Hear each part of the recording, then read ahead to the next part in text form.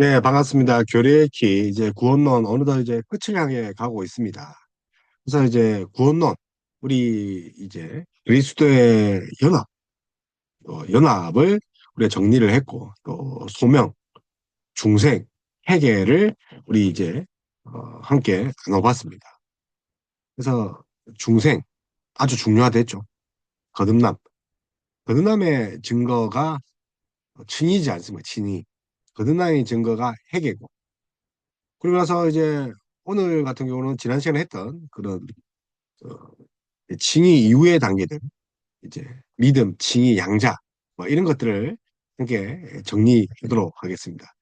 그래서 앞에서 우리가 설명했던 것들, 구원론의 우리 시작에 있어서 이제 뭐 부활, 죽으심과 부활, 연합으로 얻은 그 은혜들을 먼저 이야기를 했다는 거죠. 그래서 이 뭐 구원론, 이 구원론도 사실 그리스도의 연합을 빼고는 뭘 할 수 없는 그런 거죠. 연합으로 우리가 얻은 은혜들이 바로 이제 구원의 열매들이죠. 그래서 계속해서 우리가 그리스도 안에 성령의 구원의 사역들 그리고 그런 그 여러 가지 적용되는 구원들 다양한 스펙트럼 성령 안에서의 그리스도와 연합에 기초한 겁니다. 그래서 오늘 연합을 지난 시간에 했던 걸 한번 기초로 보고 또 이제 중생 거듭남 지난 시간에 했던 것도 한번 훑어보면서 소명 중생 회계와 더불어 또 이때까지 우리가 나누었던 그 이제 양자됨 이런 것들을 한번 훑어보면서 이번 갈 마무리하려고 합니다. 그래서 이제 우리가 이제 계속 여러분과 함께 이제 나눠야 될 것 중에 하나가 아직도 이뤄야 할 우리의 구원입니다. 구원은 이미와 아직 사이에 있다고 했죠. 우리에게 위로지만 특별히 이해가 안 되는 거죠. 이미 완성되었는데 어떻게 이루어갑니까? 말이 안 되는 거죠. 모순적인 거죠. 이미 완성되었는데 이루어간다. 그럼 구원이 뭐 완벽하지 않은 거냐? 그것이 아니라는 거죠. 그것에 대해서 이제 배우려면 앞에 있는 우리 구원의 다양한 측면들을 이렇게 봐야 됩니다. 그래서 여러분 이제 보시면 우리가 처음에 뭘로 시작했냐면 시작을 뭘로 시작했죠? 그리스도의 연합으로 이제 시작했습니다. 그래서 성령론 우리가 함께 했던 성령론 아시죠? 이 성령론도 이 그리스도와의 이 연합을 이야기합니다. 연합. 지금까지 이제 우리가 아까 앞에 봤던 신론, 그죠? 신론. 그 다음에 신론 다음에 뭐였습니까? 이제 자, 재론, 그죠? 신론 다음에 재입니다, 재. 그죠? 앞에 물론 이제 서론이 있었죠. 여기에 서론이 있었죠, 서론. 서론이 성경에 대한 정경론이죠. 신론, 인간론, 재론. 재론 때문에 누가 필요합니까? 그리스도론, 기독론이죠. 그리고 성경론이죠. 그리고 이제 우리가 이제 기독론을 그리고 성경론을 한 후에 이제 교회론을 들어가면 좋겠는데 우리 책에서는 뭘 먼저 하냐면 구원론을 합니다. 자, 구원을 이루게 하는 최종적인 그 곳이 바로 이제 교회에도 맡겨졌죠. 교회. 그래서 이제 우리가 이제 구원론을 끝나고 이제 교회론을 가는데 그래서 이제 이게 이제 조직 신학이에요. 조직 신학들. 이 조직 신학에서 성령의 내조하심, 개인의 개인적이고 공동체적인 특징이 있다. 이 성령론을 이야기했죠. 성령. 그리고 이제 구원론을 갑니다. 그래서 연장선입니다. 뭐의 연장선? 신론의 연장선이 구원론이고 인간의 연장선이 구원론이고 또 기독론과 성령론의 연장선이 이 구원론입니다. 그래서 구원론은 인간론이 없이는 안 되는 거죠. 그래서 중보자 예수 그리스도 사실은 핵심입니다. 자, 구원론의 누가 핵심입니까? 중보자. 자, 중보자가 없이는 신론이 의미가 없죠. 중보자가 없이는 인간론이 기독론이 성령론이 교회론이 의미가 없다. 그래서 중보자를 사실 기독론이기도 하지만 구원론에서는 이 중보자 예수 그리스도의 그 구원하심. 자, 그래서 구원의 순서를 먼저 배웠습니다. 여정. 자, 순서 혹은 뭐라고 합니까? 여정들이라 하죠. 자, 이게 뭐 이제 질서라고 하죠. 그죠? 오르도, 올도 혹은 오르도 질서죠. 어떤 것이 있습니까? 시간적 순서가 아니라 논리적 순서라고 하죠. 그래서 우리가 처음에 하나님께서 이제 우리를 소명 부르십니다. calling. 자, 중요합니다. 그리고 소명 또는 이제 중생, 자, 부르신 자를 이제 거듭나게 하십니다. 이게 유효적 부르심이죠. 유효적 부르심. 자, 소명, 유효적, 효력적 혹은 이제 효력이 있는 부르심. 그 다음에 부르신 자를 이제, 이제 중생하시죠. 중생하고 뭐가 됩니까? 회심하게 되죠. 회심. 회심하면 이제 믿음이 생기죠. 자, 그래서 여러분 중에 회개하지 않고 믿음을 얻은 자가 있습니까? 없죠. 자, 회개하고 자, 믿었다는 거예요. 회개하고 믿었죠. 자, 믿으니까 뭘로 칭합니까? 어렵다고 칭을 받는 거죠. 칭의. 그래서 이제 어려워됐으니까 하나님의 양자로 입양됩니다. 그리고 양자로 입양되면서 우리가 어떻게 됩니까? 성화. 그래서 지난 시간에 요 칭의, 양자, 그 다음에 우리가 이제 칭의, 양자, 이 또 성화를 이야기했죠. 성화. 그리고 이제 앞으로 다룰 것들이 이제 성도의 견인. 그래서 지난 시간에 이 배웠던 것을 기초로 우리가 이루어야 할 것이 있다. 그래서 성도의 견인, 그죠? 성도의 견인. 그리고 또 한 가지 영화, 그죠? 그래서 소명, 중생, 부르심의 효력 있는 부르심, 회심, 믿음, 칭의, 양자, 그 다음에 성화, 견인, 영화. 그래서 이것이 뭐 시간적 순서가 아니라 자, 논리적 순서죠. 그래서 소명을 받아 중생에 시작하는 구원론, 소명을 받아서 하나님 부르셔야 되는 거죠. 일단은. 그래서 성화까지 동시적으로 볼 수 있죠. 그래서 소명을 받아 중생에 시작하는 구원론은 성화까지 동시에 이루어질 수 있다. 한꺼번에 이게 이루어진 거죠. 근데 견인과 영화는 이제 앞으로 배울 것이 우리가 이제 이루어야, 이루어 가야 할 것이다. 이루어 가야 할 것이다. 그래서 우리가 이제 앞으로 배울 것이 견인과 뭐죠? 영화죠. 견인과 영화. 그래서 구원의 서정들이 이런 과정을 거쳐서 있는데 논리적 오르도가 아니라 가르치는 순서죠. 시간적 순서가 아니라 논리적 순서고 가르치는 순서다. 그래서 성경은 구원의 그런 질서, 서정에 대해서 끊임없이 이야기를 하고 있죠. 근데 그렇게 또 사실은 로마서 8장 30절을 보면 소명, 칭의, 영화 이렇게 세 단계로 이야기를 한 거죠. 로마서 이제 로마서 그죠? 8장 이제 죄와 성령의 법이 죄와 사망에서 해방하였네. 결코 정죄함이 없네. 성령의 법이 해방되었네. 정죄함이 없다.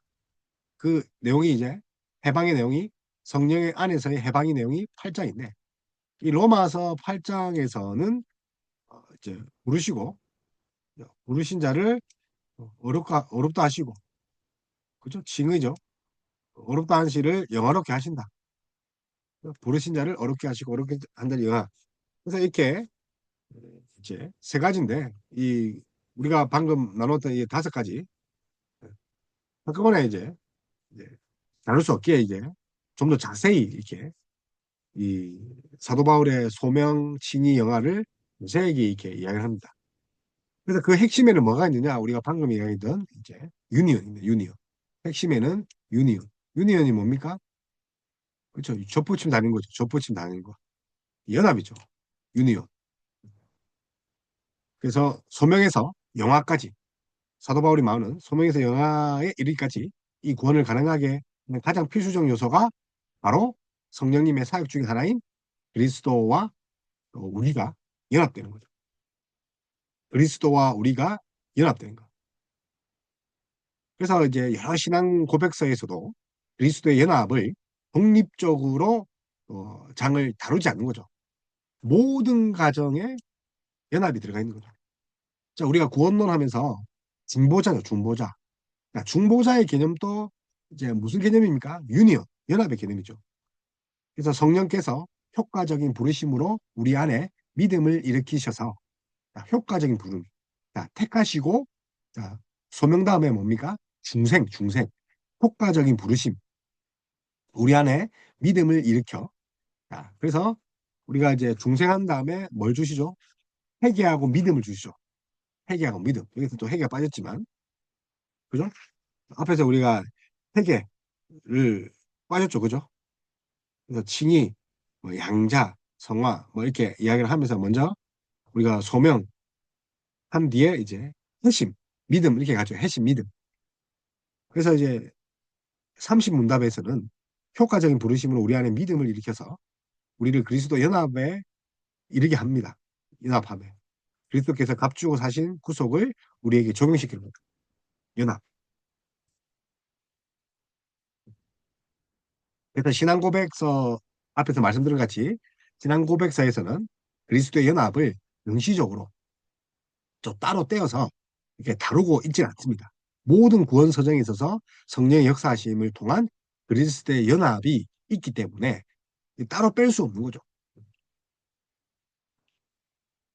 그래서 이제 죄인이 회개하고 또 그리스도를 믿어 또 구원을 얻는 중생 역시 그리스도의 연합이 필요하고 또 소명에서 성화까지 선악까지 이게 일시적으로 일어나는 이유가 그리스도의 연합이 되었다는 열매들입니다.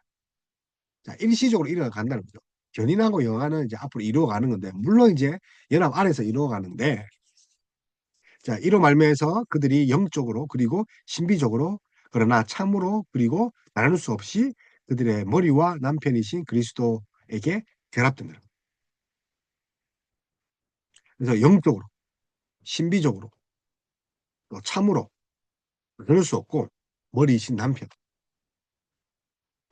그래서 연합을 어떻게 이제 대교리문답, 대교리문답 66문, 대교리문답 66문이에요. 어떻게 하냐면 영적으로, 신비적으로, 참으로 나눌 수 없이 머리와 남편이신, 머리와 남편이신 그리스도와 연합되는 거예요. 그렇게 되면서 우리가 이제 법적으로 이 연합을 통해서 얻어지는 게 뭐냐면 이제 사면입니다. 자, 자, 법적으로 연합에 의해서 이루어지는 것이 뭐라고요? 무죄 판결이라는 거예요. 사면. 그래서 forgiveness, 사면이라는 거죠. 죄 없다는 거죠. 자, 연합을 했으니까 이제 내 것이 아니라는 건요. 우리 이제 접붙임할 때 떼서 무단나무에 붙이죠. 예를 들어서 사과나무를 떼서 밤나무에 붙이면 이제 그 사과나무가 무슨 나무가 되는 거예요? 밤나무가 되죠. 자, 어떤 가지를 붙여서 이 접붙임할 가지를 사과나무에 붙이면 이제 그 접붙임 가지가 뭐가 되는 거죠? 사과가 되는 거죠. 예수님께 덧붙이면 뭐가 되는 거예요? 사함을 받는 거죠. 그러니까 법적으로 어인으로 간주되었다. 그래서 정통적인 교의학적 그 표현을 따르면 어렵게 된다는 그 신자는 마치 단 한 번도 죄를 짓지 않는 자처럼 이제 이전에도 단 한 번도 죄를 지지 않은 것처럼 이렇게 여깁니다. 이전에 죄를 지었는데. 그래서 이 연합에서 이 정통적인 교의학 표현이 그렇습니다. 이제 뭐 살인을 지어도 살인을 하지 않은 것처럼 사기를 쳐도 사기를 안 친 것처럼 이 연합에서 그리스도는 우리를 모두 모든 죄를 담당하셨다는 거예요. 그만큼 효력이 있다는 거죠. 연합이 엄청난 강력하죠. 그래서 우리가 하나님의 은혜와 성령님의 역사하심으로 죄를 회개하고 그리스도를 영접할 때 신자에게 이중적 정가가 있는 거죠. 이중적 정가. 뭡니까? 신자의 죄가 그리스도께로 가는 것. 자, 자, 우리가 있고 우리가 이제 죄인이라 합시다. 아, 그리스도가 있습니다. 그래서 우리의 죄가 그리스도께 가는 거죠. 죄의 정가죠. 그리스도의 의가 우리에게 오는 거죠. 의의 정가죠. 그래서 이전에 내가 죄를 짓지 않은 것처럼 되는 거죠. 마치 그렇게 이 표현하는 거죠. 우리의 죄가 그리스도를 말미암아서 깨끗하게 지는 거죠. 그래서 이걸 뭐라고 합니까? 이중적 정가.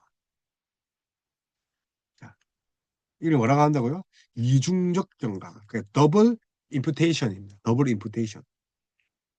그래서 신자가 그 신자의 죄가 그리스도께 가고 그리스도가 우리에게 오는 것. 이를 죄의 정가, 의의 정가. 정가됨으로 신자의 죄는 사면되고 동시에 우리가 이제 그리스도의 의를 은해서 우리가 어렵게 되는 거죠.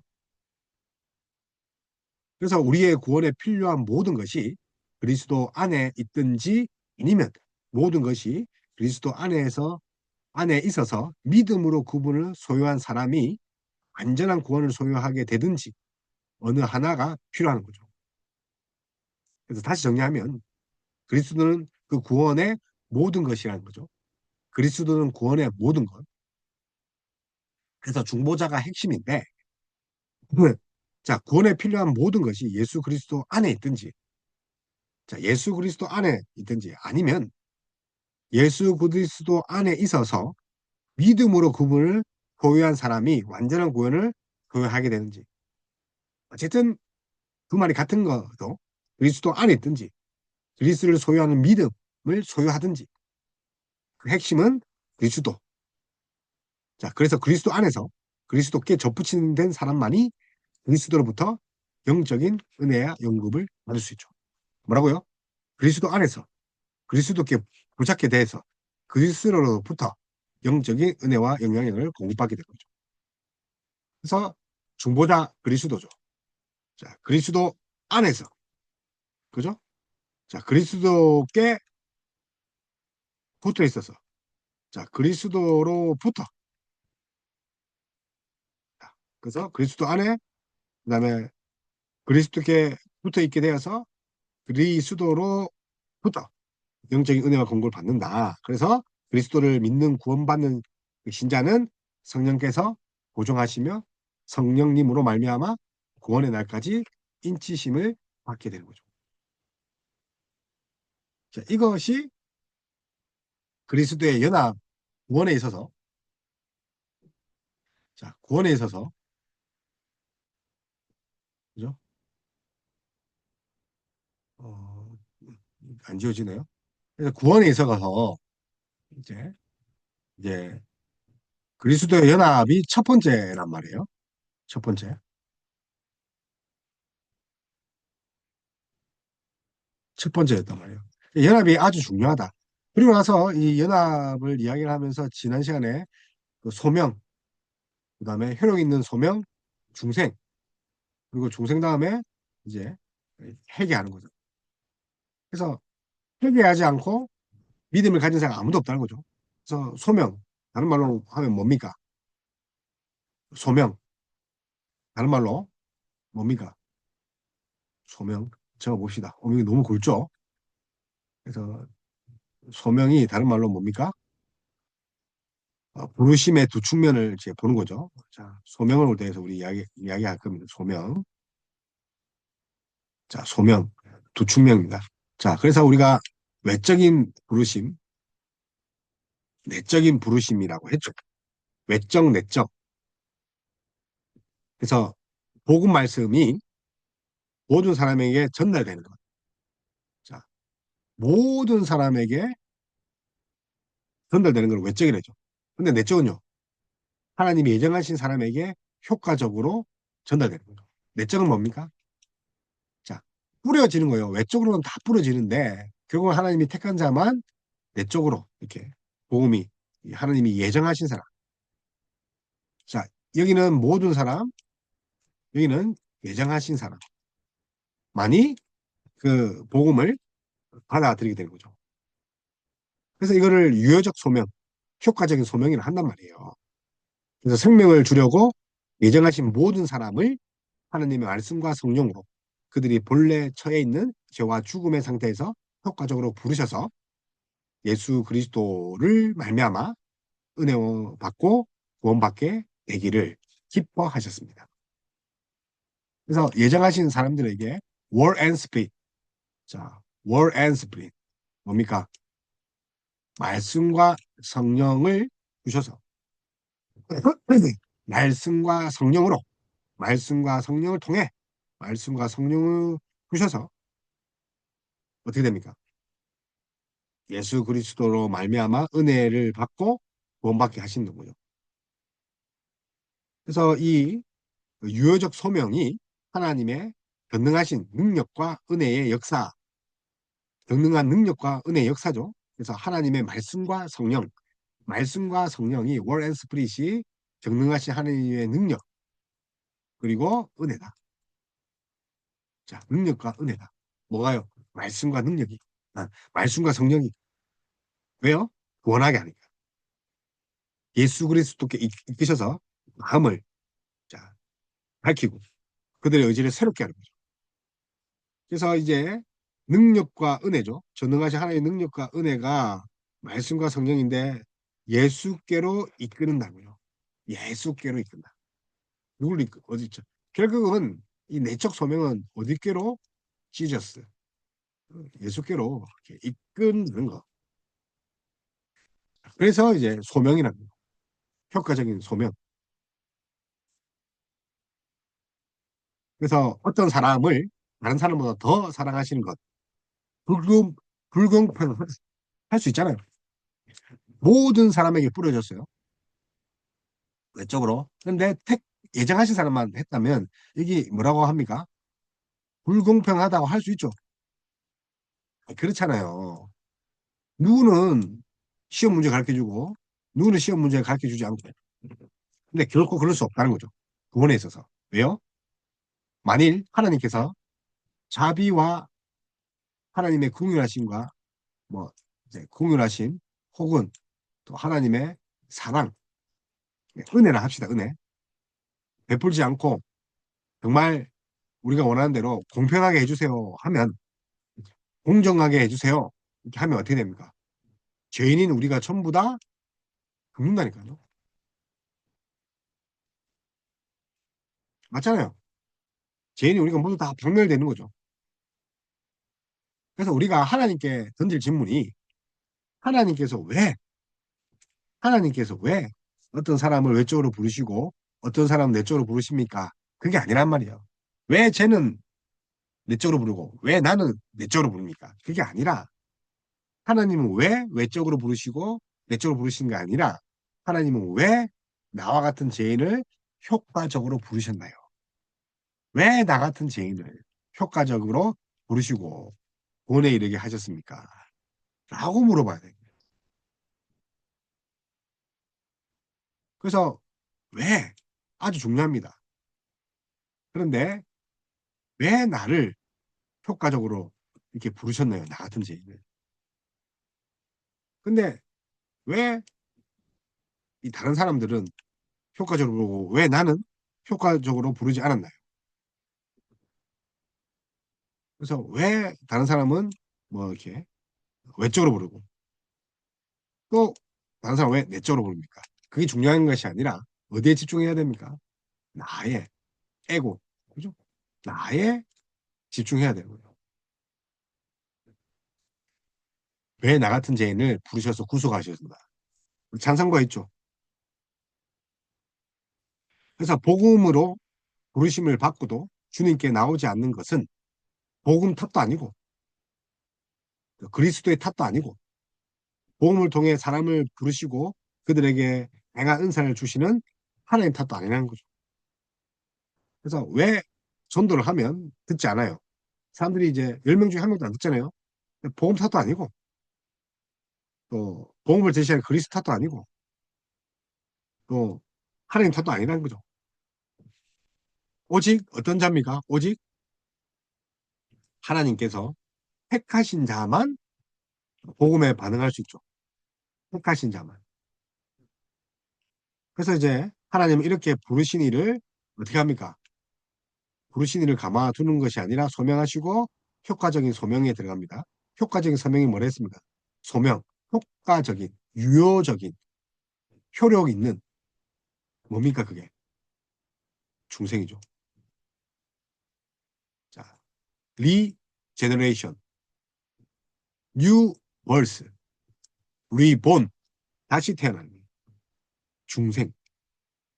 그래서 오직 중생 받은 자만이 효과적으로 자유롭게 예수 그리스도께로 나올 수 있습니다.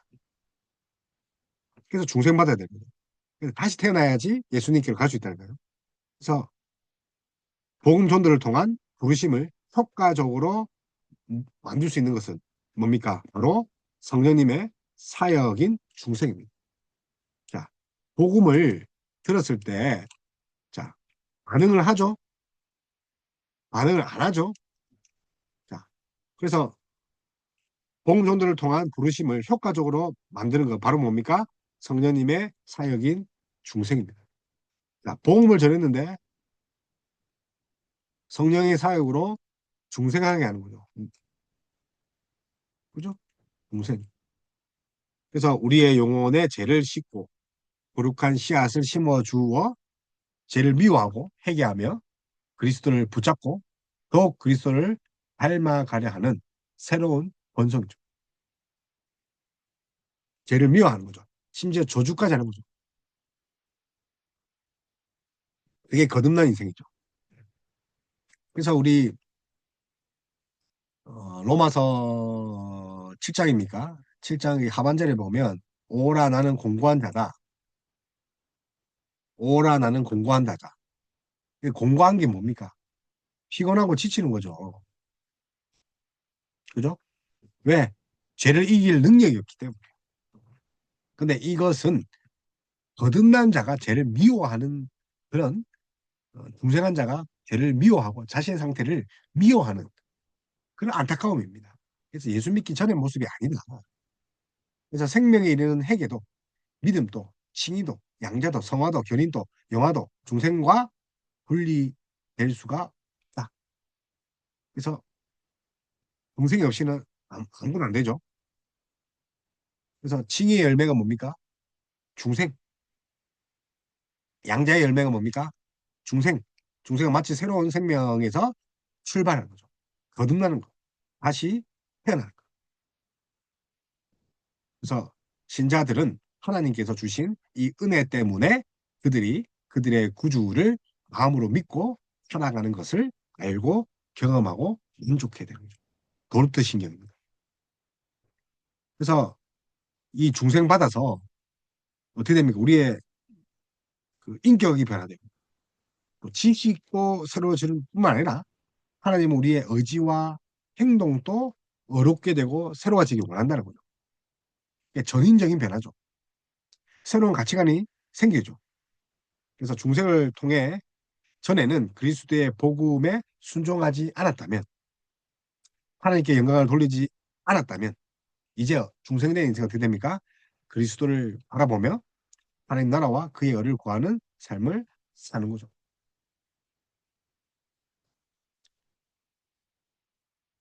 그래서 중생이 없이 중생의 열매가 성화, 중생의 열매가 뭐 양자, 중생의 열매가 징의. 그래서 이렇게 중생하면 어떻게 되는 거죠? 우리 의지가 새로워지고 죄를 싫어하게 되면 당연히 회개하는 거죠. 생명에 이르는 회개. 자, 여기에 회개가 어떻게 됩니까? 생명에 이르는 회개가 됩니다. 중생하면 그것이 회개하게 되어 있습니다. 그래서 중생한 사람이 필요서 회개하는 거죠. 참되게 그리스도를 영접하는 거죠.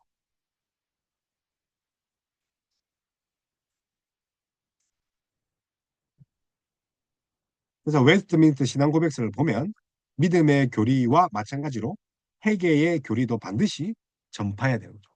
자, 예수님 믿으세요? 뿐만 아니라 회개하라. 그러나 귀 있는 자만 듣는 거죠. 복음이 회개의 메시지가 잘못된 것이 아니라 전하는 그 그리스도, 복음의 내용인 그리스도가 잘못된 것도 아니고 그 은사를 주시는 하나님도 잘못된 것이 아닌 거죠. 그래서 자기 죄의 위험성과 더러움과 추악함을 보고 느끼고 통회하게 되는 거죠. 회개가 뭐라고요? 통회죠, 통회. 자신의 죄의 위험성, 나아가 자기 죄를 몹시 슬퍼하고 미워하는 나머지 모든 죄를 떠나 하나님께로 돌아와 범사에 새로 순종하면서 하나님과 함께 끊임없이 동행하기를 원하는 거죠. 하나님과 끊임없이. 그래서 이런 것들 이제 볼 때 회개는 이제 두 가지로 이렇게 볼 수 있는 거죠. 그래서 회개하고 영접을 하는데 하나는 우리가 이제 회개는 뭐를 미워해야 됩니까? 죄를 미워하고 통회하고 죄에 대를 죄를 저주해야 되죠. 그죠? 또 다른 하나는 이제 여기서 죄를 저주하고 혐오하고 미워하고 또 그게 끝인 것이 아니라 이제 어떻게 합니까? 하나님께로 이제 돌이키는 거죠. 자, 미워하는 것뿐만 아니라 어떻게 합니까? 하나님께로 돌이키고 또 하나님과 동행하려고 분투해야 되는 거죠. 그러므로 회개는 소극적인 요소와 적극적인 요소가 있다는 거죠. 죄를 미워하는 것이 소극적이라면 하나님과 함께 동행하고 하나님께 또 돌리는 것, 돌이키는 것. 이게 적극적인 것. 그래서 참된 회개는 옛 사람이 죽죠. 옛 자아가 죽고. 자, 적극적으로 뭐가 됩니까? 새 사람이 되는 거예요. 그죠? 그래서 이제 거듭난 이후에 이제 회개를 하는 거죠. 그래서 하나님을 진노하게 한 우리의 죄에 대해 마음으로 크게 슬퍼하고 죄를 더욱 미워하고 죄를 피하는 것입니다. 하이델베르그 교리문답 89문, 89문에 그렇게 이야기를 했고 옛사람이 죽고 새 사람으로 사는 것 하이델베르그 88문, 88문, 89문은 회개에 대해서 이야기를 합니다. 하이델베르그. 그리고 이어서 90문에는 그리스도로 말미암아 진실된 마음으로 하나님을 크게 기뻐하고 하나님의 뜻을 따라 모든 선행을 하며 사는 것을 사랑하고 기뻐하는 자, 그 다음에 91문은 참으로 믿음으로 하나님의 율법을 따라서 그리고 하나님의 영광을 위하여 행한 것만 선행이라 한다. 하나님의 영광을 위한 것. 그래서 거듭나지 않은 사람들이 하는 것을 선행이라 하지 않는 거죠. 심지어 목숨을 살리는 것도 선행이 아니고 자신의 욕구대로 한 거죠. 우리 자신의 생각이나 사람의 계명에 근거한 것이 선행이 아니라. 그래서 자신이 지은 하나하나의 죄에 대해서 구체적으로 회개하려고 애써야 하는 의무를 지니는 거죠. 회개는 매일 회개는 매일같이 일어나야 되는 거죠. 매일 예수님과 동행하기 때문에 형제나 그리스도의 교회에 해를 끼친 사람은 다만 하나님께만 용서를 구할 뿐만 아니라 피해자에게 가서 자신의 회개를 분명히 해야 됩니다. 자, 이렇게 회개. 자, 그래서 생명에 이르는 회개입니다. 생명에 이르는 회개. 그리고 나서 우리가 이제 회개하고 나서 뭐가 생깁니까? 믿음이 생기죠. 믿음이 생겨서 어렵다 칭의를 받는 거죠. 그리고 양자까지 양자됨까지 올 수 있는. 그래서 우리가 소명, 중생, 회개. 그래서 중생의 결과 부르심에 응답하고 죄를 회개하며 그리스도를 영접하는 믿음이 생긴 거죠. 중생의 결과. 중생이 아주 중요하죠 했죠. 중생이 아주 중요하면 중생의 결과 복음이 이제 받아지고 또 회개하고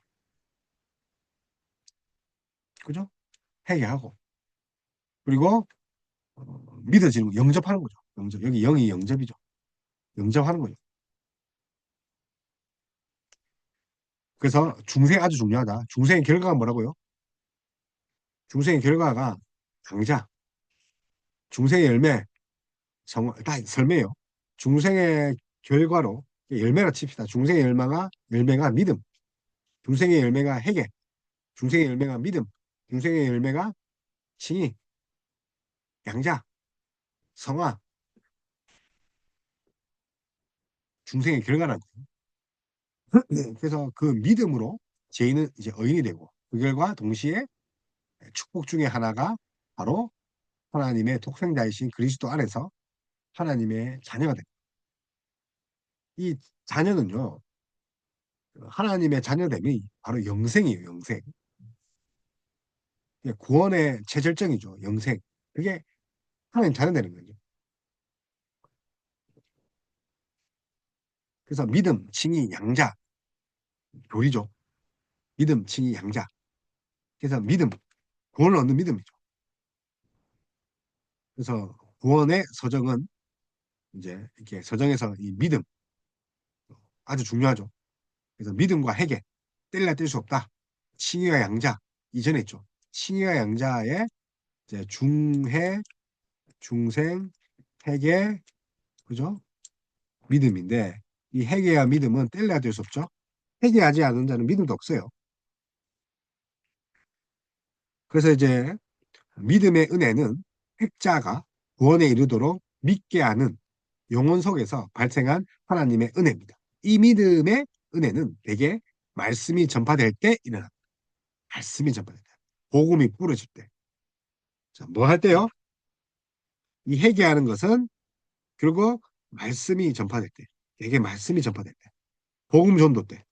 믿음을 불이키고 보고가 됩니다. 그래서 사변적인 말을 할 필요 없어요.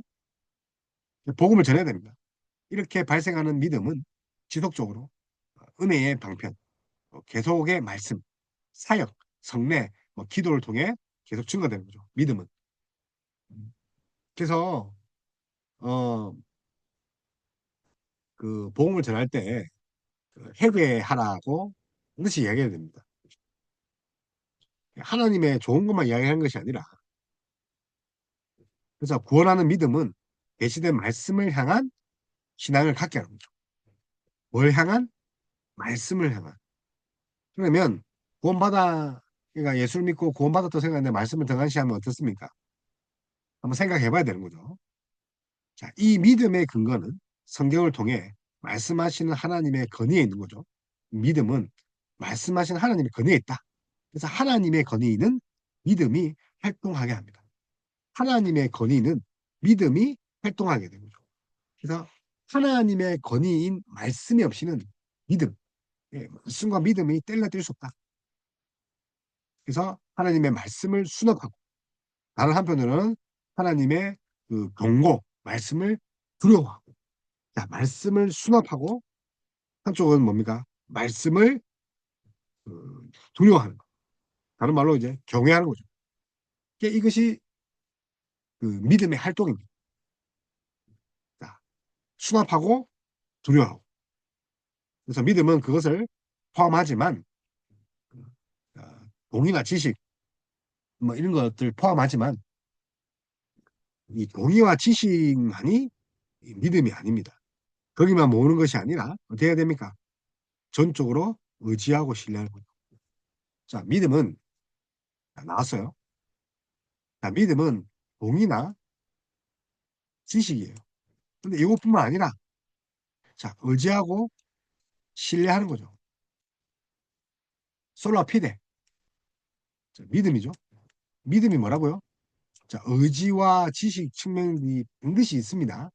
그런데 동의와 지식의 측면이 반드시 있는데 근데 의지하고 신뢰하는 측면까지 나아가야 됩니다. 그게 믿음이죠. 믿음. 그래서 칭의와 성화와 영생을 위해 오직 그리스도만을 영접하고 받아들이는 의지. 자, 의지가 뭐라고요? 자, 칭의와 우리가 이제 배웠죠? 칭의, 성화, 성화뿐만 아니라 뭡니까? 우리도 영생, 하나의 자녀된 칭의와 성화, 영생을 위해 오직 그리스도만을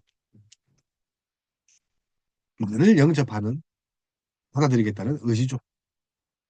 자, 그 의지죠. 이게 바로 믿음입니다. 그래서 믿음의 주의 행동이 뭡니까? 오직 그리스도만을 영접하겠다고 하는 믿음, 의지. 이게 참된 믿음은 믿음이 좋다, 참되다. 어떻게 판단합니까? 그리스도를 알아보는. 오직 그리스도만 어, 믿기를 받아들이기를 그 의지적으로 밀고 나가는 거죠. 동시에 그리스도를 바라보는 자는 그리스도 바라보는 자답게 살아가는 거죠. 그래서 오직 믿음으로 이제 사는 거는 이 의지다, 의지. 근데 지식에까지 새로워져서 의지가 된 거죠. 그래서 아마 앞에 강의 보면 오성과 의지 그 가운데 컨트롤하는 것들이 감정인데 이 철학적 사변을 이용해서 이렇게 칼빈도 이야기하고 바빙크도 이야기합니다. 오성과 의지. 그러면서 우리가 이제 거듭나면 어, 우리가 지식에까지 새로워지는 거죠. 근데 철학자들은 사람이 그 지식만 바르면 선을 행할 수 있다고 봤죠. 그러나 이제 어거스틴과 칼빈은 인간의 지식이 다 이제 죄로 물들었기 때문에 선한 행동을 할 수 없다고 봤죠. 그래서 그노시스, 이제 죽음에서 이야기하는 거예요. 그노시스, 영지주의, 지적인, 그 지적인 것들을 추구하는 그런 철학자들은 결국은 이제 사람이 지식으로 새로워질 수 있어서 많이 배우면 새롭게 선을 행할 수 있다 했지만 칼빈과 어거스틴 그렇게 보지 않았죠. 왜냐하면 생각해보면 우리가 지식이 망가졌는데 지식에서 의지가 나온다면서요. 바른 지식에서. 바른 지식이 없는데 어떻게 의지가 나오겠어요.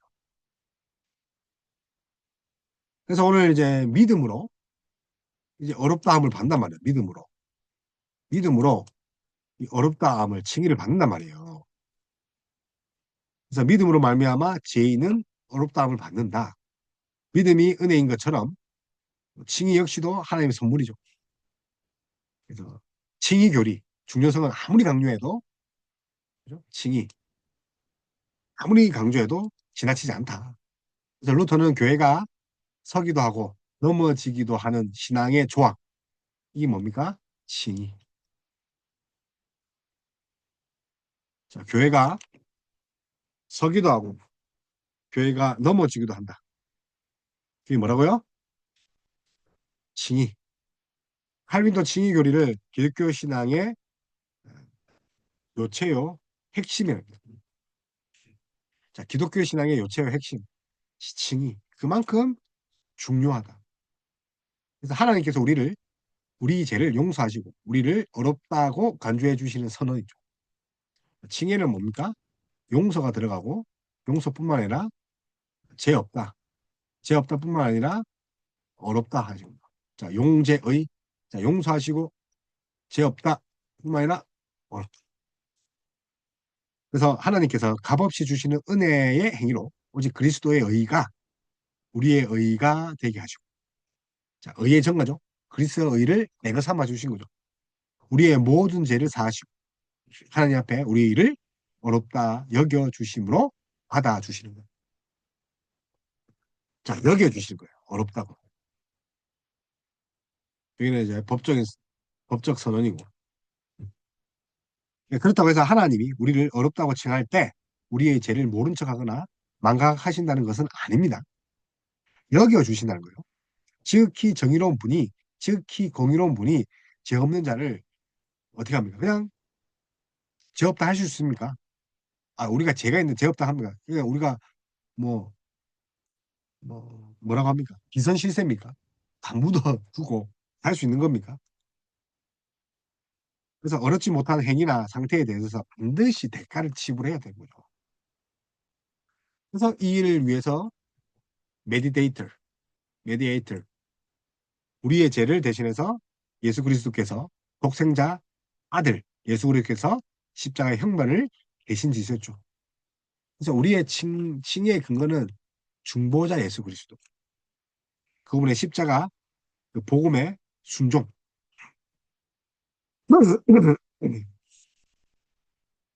그래서 우리 인간의 그런 순종이 아니라 예수 그리스도의 완전한 순종과 그 만족, 하나님의 공의와 의를 채울 수 있는 그런 것 때문에 우리가 어렵게 된 거죠. 그렇기에 칭의 근거는 누구에 있는 거죠? 예수 그리스도죠. 그래서 신앙 고백서는 이것을 그리스도의 순종과 만족이다. 자, 이걸 그리스도의 순종과 만족이다. 자, 그리스도의 순종과 만족. 우리의 행위가 아니라 그리스도의 순종과 만족이라고 하죠. 그리스도의 순종과 만족. 그래서 죄인이 어렵게 되려면 두 가지가 필요한 거죠. 자, 그래서 하나는 죄를 사면받아야 되고 용서받아야 되고 다른 하나는 어렵다 하는 거죠. 그래서 용서받고 그래서 죄를 사함받고 어렵다는 거죠. 칭의는 죄 용서와 어려움이 동시에 있는데 그리스도의 순종과 만족이죠. 그리스도의 순종, 십자가의 순종과 죽으심으로 그 의를 다 이루신 거예요. 그래서 칭의에서 죄인인 죄인의 죄는 그리스도에게로 전가되고 그리스도의 은은 죄인에게 오는 거죠. 이중적 전가. 그래서 이거를 놀라운 놀라운 교환이라고 하죠. 서프라이즈 익스체인지를 합니다. 칼빈이 그렇게 이야기합니다. 놀라운 교환, 이중전가, 이중전가죠. 재전가, 은혜전가. 그래서 이중전가 앞에서 나눴죠. 그래서 오직 그리스도의 의를 받아들이는 도구인 믿음만을 강구합니다. 도구가 뭡니까? 믿음이죠. 그래서 그리스도의 의를 받아들이는 도구인 믿음만을 이 모든 일에 믿음만을 강조합니다. 그래서 믿음은 하나님의 선물입니다. 근데 도구에 지나지 않아요. 하나님의 은혜가 문제예요. 그래서 청교도들이 고전적으로 표현으로 진술하자면 자, 믿음은 뭡니까? 거지의 빈손이죠. 자, 청교도는 뭐라고 했다고요? 거지의 빈손. 아무것도 없는데 그냥 쓰시는 거죠. 거지의 빈손.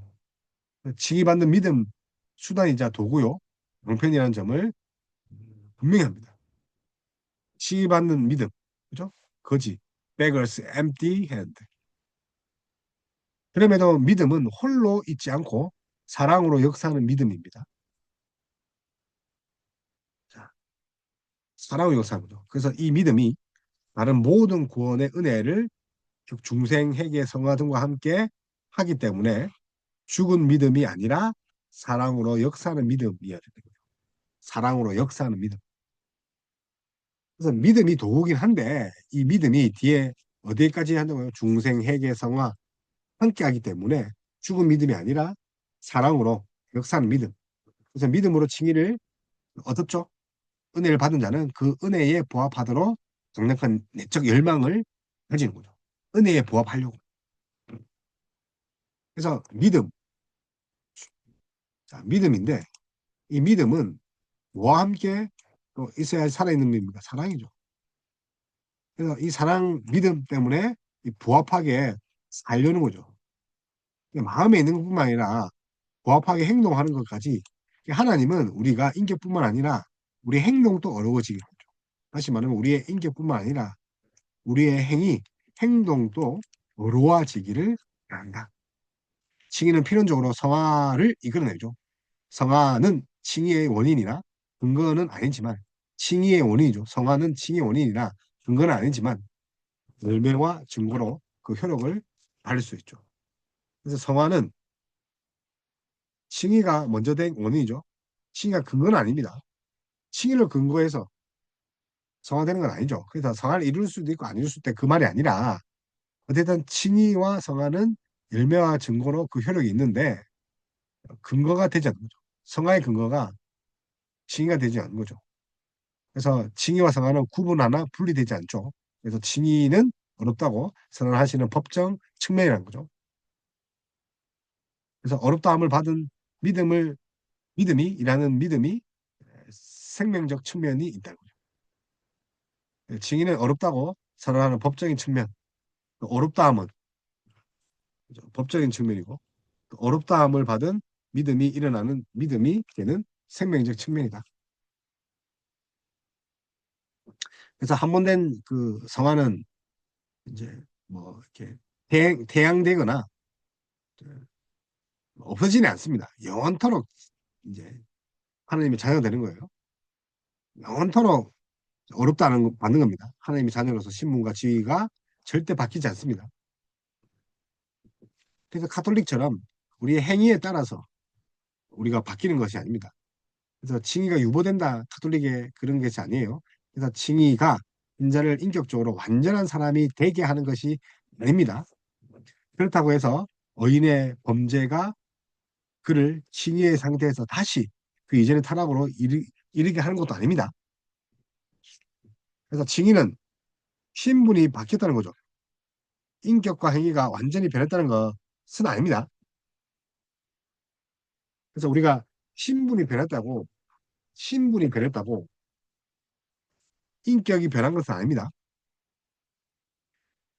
즉 칭의가 신자를 인격적으로 완전한 사람이 되게 하는 것이 아니란 말입니다. 칭의 신분이 변했다고 사람이 변합니까? 그렇다고 해서 의인인 의인의 범죄가 그를 칭의 상태에서 다시 이전으로 돌아가게 합니까? 범죄한다고? 그렇지 않죠. 그러나 의인인 범죄는 그를 칭의 상태에서 다시 이전 단계로 타락으로 이끌지 못하지만 이 의인의 범죄는 하나님의 부성적인 노여움에 떨어지게 합니다. 의인의 범죄는 하나님의 부성적인 노여움. 그러니까 의인이 범죄했다는 것도 참 말이 안 되지만 어쨌든 신분이 변했지만 우리가 인격적으로 완전히 변한 건 아니기 때문에 이 의인도 죄를 범하지만 하나님의 진노가 어떤 진노라면 무성애에 놓인 진노예요. 아버지가 자녀에게 한 징계란 말이에요. 그래서 이 분노는 부성적 진노이지 법적인 진노가 아닙니다. 진노는 하셔요.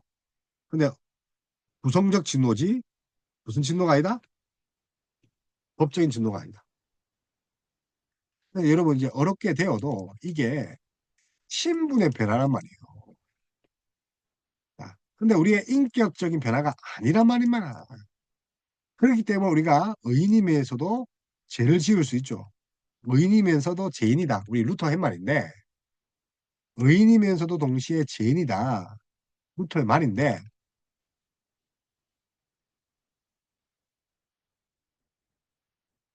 그죠? 근데 이 의인이 받는 죄는 하나님의 부성적인 죄다. 부성애적인 심판 진노다. 그죠? 근데 이게 법적인 그런 최종 심판과 다르다는 거죠. 그래서 하나님은 사랑하시기에 진노하시고 사랑하기에 형벌하시고 사랑하기에 징계하신단 말이에요. 아버지니까. 그러므로 범죄하는 의인은 어떻게 됩니까? 자신을 낮추고 죄를 고백하고 용서를 구하고 믿음과 회개를 새롭게 해야 되는 거죠. 매일같이. 근데 악인의 범죄는 어떻습니까? 여전히 형벌적이고 심판하고 법정적이죠. 회개하지 않은 악인은 뭡니까? 회개하지 않아요. 의인은요? 회개합니다. 그래서 구성애적. 그래서 우리가 양자됨을 칭의와 이어서 우리가 뭘 이야기합니까? 양자됨을 이야기하는 거예요. 그래서 하나님의 아들 안에 아들 되는 거죠. 하나님의 아들 안에서의 아들. 자, 그리스도를 통해서 우리가 구사가 되는 거죠. 그리스도를 통해서 우리가 상속자가 되는 거죠. 그리스도를 통해서. 자, 그리스도를 통해서. 그래서 오늘 이제 교리를 정리를 이제 얼추 이제 한 본문의 대부분들을 이제 정리하는데 하나님의 아들 안에서 우리가 아들 되는 거죠. 자, 다시 말하면 예수 그리스도 자, 제의를 써야 되는데 거꾸로 했네요. 자, 예수 그리스도 안에서 우리가 아들이 되는 거죠. 그래서 우리가 하나님 자녀의 수에 들게 하셔서 자녀들의 수에 들게 하셔서 우리가 하나님 자녀로서의 모든 특권을 누리게 하는 것입니다. 그러니까 양자고리가 뭡니까?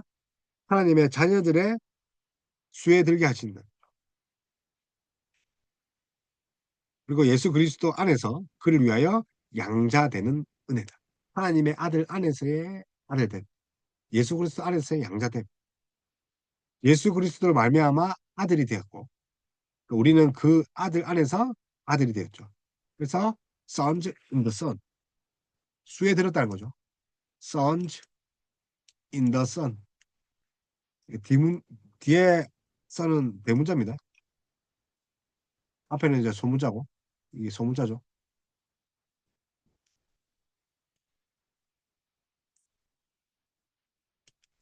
sons in the son. 아들 안에서의 아들. 그래서 이제 보편적인 양자, 또 구원의 양자 이렇게 또 구별합니다. 자, 보편적 양자와 자, 구원적인 양자.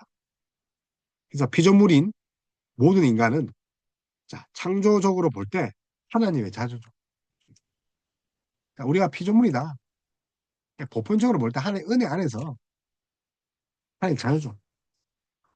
누구나 다 그렇죠. 근데 성경이 말하는 양자는 뭡니까? 성경의 양자는 뭐냐면 이 구원받은 거죠. 자, 성경이 말하는 양자는 구원받은 양자. 모든 피조물은 보편적으로 하나님의 자녀죠. 맞잖아요. 특별히 타락 이후 하나님의 자녀가 되는 양자는 오직 그리스도 안에 구속의 은혜를 받은 자만 그럴 수 있다는 거죠. 구속의 은혜를. 그래서 성경적 아버지, 성경적 형제를 올바로 파악하지 못하여 보편적 성부, 보편적 형제를 언급하였다는 사람들이 많습니다. 대표적으로 헤르나, 폰 하르나, 아돌프, 폰 하르나. 하나님의 은혜 제대로 이해하지 못하면 그냥 일반적인 성경적 보편적 그, 그 성경적 아버지 구성애를 알지 못해서 보편적 아버지로 오해하는 거죠. 그래서 이웃을 사랑하는 명령을 받았지 그들을 모두 형제로 사랑하는 명령을 받은 것이 아닙니다. 이웃을 사랑하라 했지 모두 다 형제다.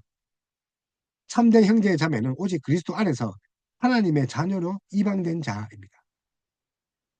그래서 보편적 형제를 언급하였다. 보편적 형제. 그래서 참된 하나님의 자녀들은 그리스도 안에서 입양된 자녀뿐입니다. 그리스도 안에서. 그래서 이웃을 사랑하라는 명령을 받았지 그들을 모두 형제로 사랑하라.